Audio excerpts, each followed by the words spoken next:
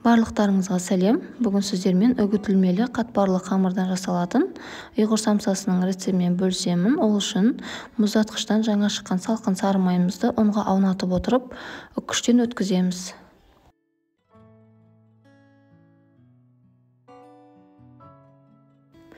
Үккіштен өткен сары майды бір-біріне жабысып қалмас үшін онымен араластырып отырамыз.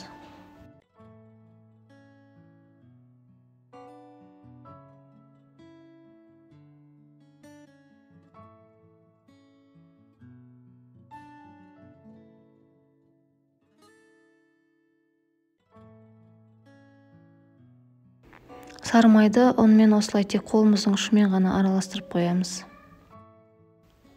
Қаймаққа шым-шым тұз, жұмыртқаны қосып біркелкі болғанша араластырамыз.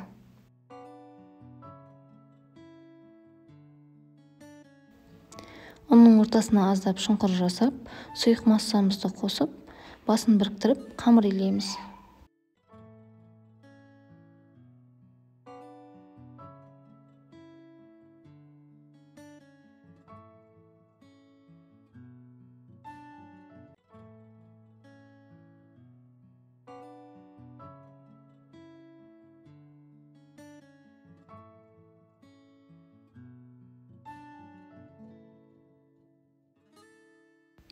Бізге мінсіз иленген қамыр керек емес, қамырымыздың басы біріксе болды.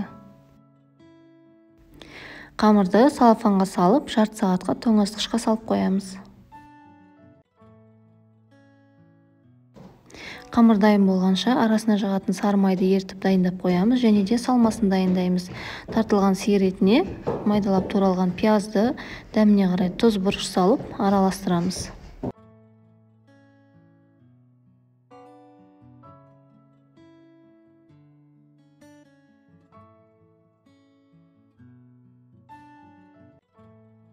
Қамырымызды тоңазытқыштан шығарып, дөңгелекте билеп аламыз және де ұнның көмегімен барынша жұқа етіп жаямыз.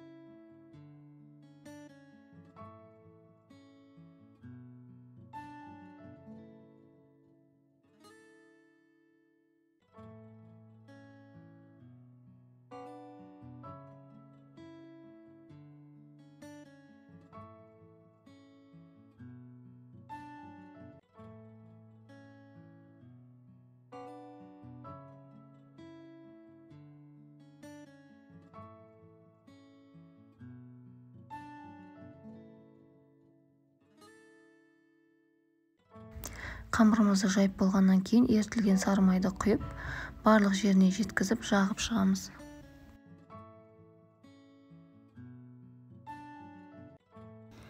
Бетіне аздап ұн сеуіп, рулет етіп орап, қамырымызды тағы да жарты-бір сағатқа тоңазытқышқа салып қоямыз.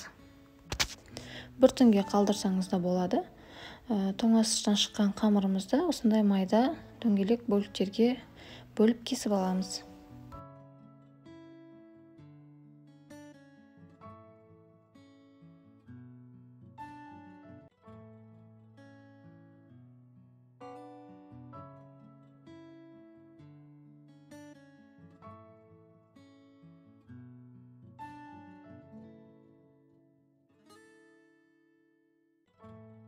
Қамырды ұнға аунатып, жайып, салмамызды салып, қалауымызша самсаларымызды түйіп шығамыз.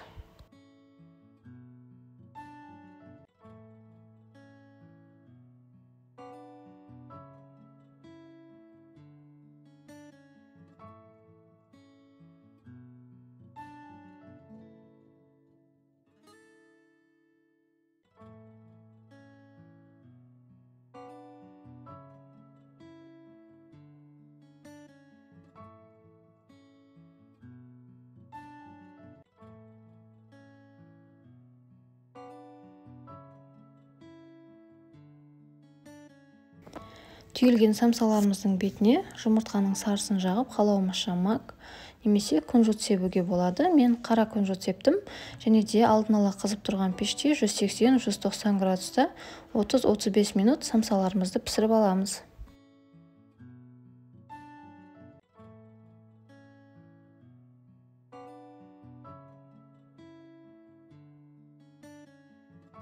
Бұл самсаны жасап көруге міндетті түрде кеңес беремін. Сіздерге ұнайтынына 100% сенімдімін.